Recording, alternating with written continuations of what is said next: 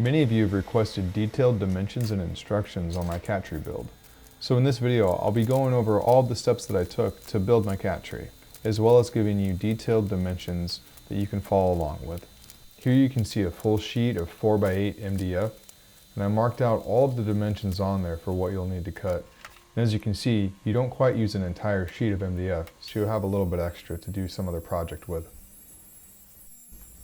I encourage you to pause the video at any time and take screenshots, and this way you can follow along with me as I go through this project. And at each important step, I'll be flashing up an image or two of the dimensions in the cut list so that you'll know exactly what I'm cutting and how to do it yourself. As soon as each piece is marked out using a pencil, speed square, and ruler, I can take a circular saw to it and cut on those lines. Here you're seeing me cut the opening to the front of the cat house. I'm just using my circular saw in a way that lets me cut inside of the piece of MDF, and then I can take a jigsaw to it and cut out the corners. Now I want to stress that I'm not being too careful with my straight lines here, and this is why I'm using a circular saw. Everything that you're seeing is going to be covered with carpet, so the lines are not too critical as you might see in cabinetry. And this is just something to keep in mind. If you would like nice straight corners, feel free to use a table saw or a straight edge for your circular saw. The ledge that you just saw me built is going to have a couple bracing members below it. And this will support the ledge as it overhangs, kind of like a cantilevered shelf. The whole ledge will provide a surface for the cats to jump to and then up into the house up top. And then also, on the flip side, when they jump down from the house, they can land on this ledge and not go straight to the floor. So you can see a couple notches in the back of that ledge there. And that allows for the ledge to slide right in between the 4x4s that we'll be using as posts. And these 4x4s will be later covered up with a bunch of rope. Here what we're doing is marking out and cutting a bunch of trim pieces. Now what I'm doing is holding up the trim pieces to the 4x4 and then holding another piece of MDF, which is 1/2 inch thick, to one side. And this allows for each of those pieces of MDF to fit over one another. And you'll see what I mean here in just a second. It's always going to have one edge that's overlapping. And these trim pieces will provide just a little bit of strength, but mainly they're used for lining everything up so there's no guesswork when you're assembling. With all of these initial pieces built out, we can take our shelf over and mark out everything onto the base. And here you can see a little diagram that I used to help you out with marking things. If you look carefully at that picture, you'd notice I did put the legs to the back just a little bit more than the front. And this is because of that overhanging shelf. And I didn't use any math to do this, I just kind of did my best guesswork. To attach the pieces of trim that you're seeing here, I just used a little bit of glue and then a few brad nails to secure them to one another. And then I drove some brad nails through to lock them into the base. In order to attach the post to the base, I just slid the post into those trim squares that we just built and drove in a 3-inch screw. Later on you'll see that I do drive in a few more screws. I think I did 3 in total on each leg. And now it's time to mark out the height for that ledge. I chose 24 inches to the top of my ledge surface, but you can choose whatever you feel comfortable with. My cats are on the smaller side, so this seems like a good height. Here you can see that I'm using a level on the shelf before I put the final screws in.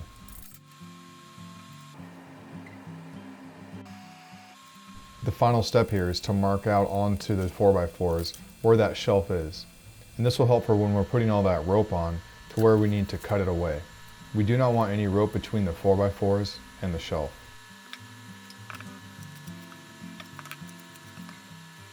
And after marking out where those 4x4s sit into the trim and scaring away the cats, we're ready to put on a good podcast and get to work.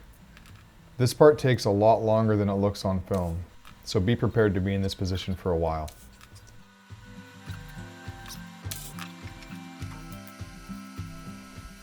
The overall process that I had here was to pull that rope taut, to drive in a staple and put a little bit of glue, and then go a few more rounds and then drive in another staple and a little bit more glue.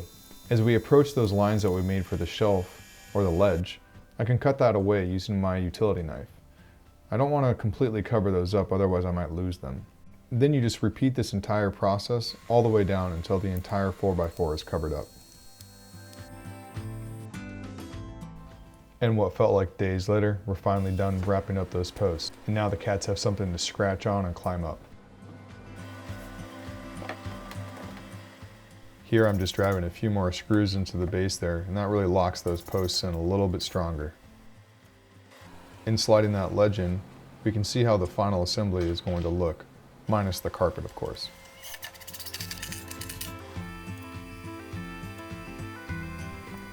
And after spending all that time wrapping up these posts, I did decide to cut them down just a little bit. They seemed like they were a tad too high for the cats, so I took them down to 40 inches in length each.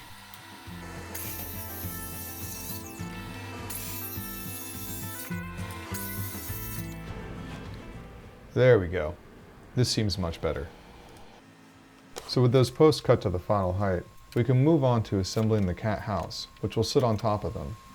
Now using the sides, the back, the front, the top, and the bottom that we cut earlier, we can just use a tiny bit of glue and some brad nails to secure them all into place. Now I'm making quite a mess here, and this is again because this will all be covered with carpet, so I'm not too concerned about it. Plus all this extra glue we can wipe up with a damp cloth.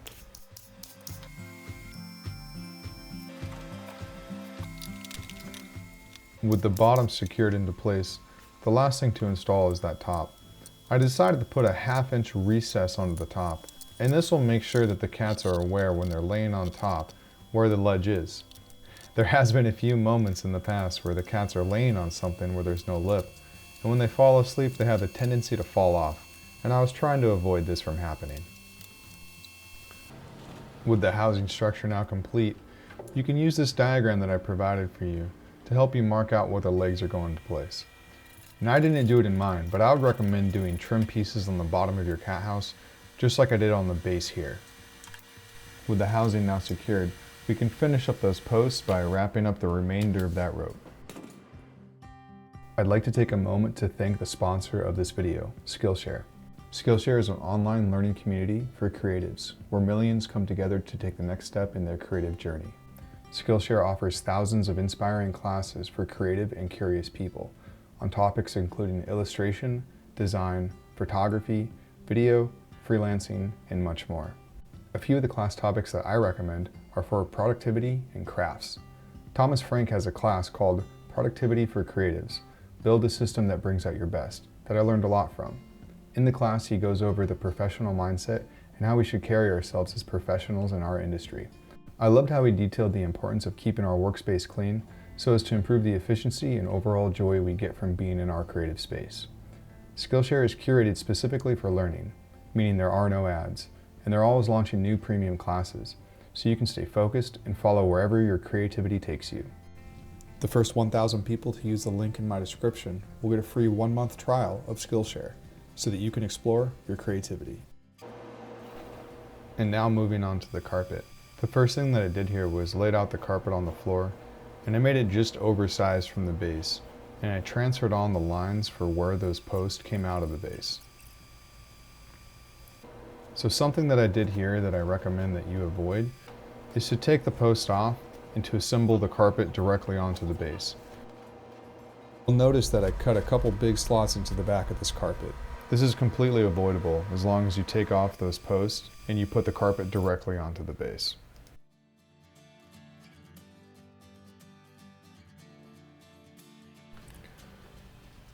So I'm going to fast forward this a bit as this whole process gets a little bit repetitive. But if you do see something that I'm doing incorrectly, please leave me a comment and let me know what I can do to improve. I'm not a carpet expert by any means, but my general process is to mark things out, put them into place, staple them down, and then stretch it tight, working my way from the first staple outward, trying to avoid any pockets. It is very satisfying to watch this carpet go on. As you see the carpet stretch over the lips and ledges, it just makes everything kind of bleed together and fall into form. It is very aesthetically pleasing. For that front opening there, I just wrapped the carpet around, found where the hole was, and then punched it through using my utility knife, cutting from the center out to each corners, and then wrapping those around and stapling those in from the inside, which was a little bit cumbersome, but it's not too bad. I mean, this whole process is just like molding. It's almost like you're using carpet as clay. It's so much fun.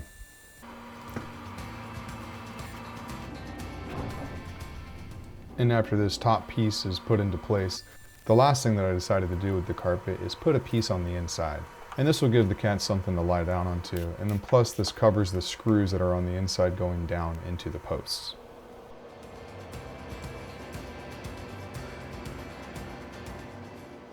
So my roommate at the time told me that this cat tree was not complete without a little dangling ball for the cats to play with at the bottom. So he decided to use some of his Michigan magic and some rope skills to make one of these balls using some of the excess rope that we had laying around. And with that, the cat tree is now complete. Now time for the foremans to come over and inspect it. And to my delight, they actually really liked it and they took right to it.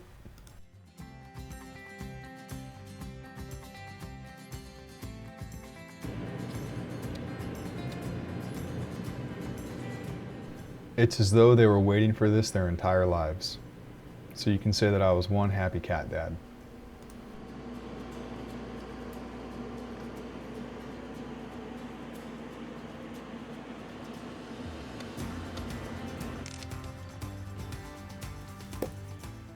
And just to show you guys how easy this whole thing is to reassemble, I decided to film me reassembling this whole piece when I first moved down to Houston for an internship a couple years ago.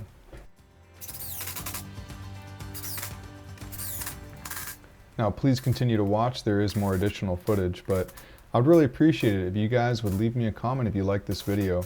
Also feel free to follow me over on Instagram. I am much more active over there. You can find a link in the description.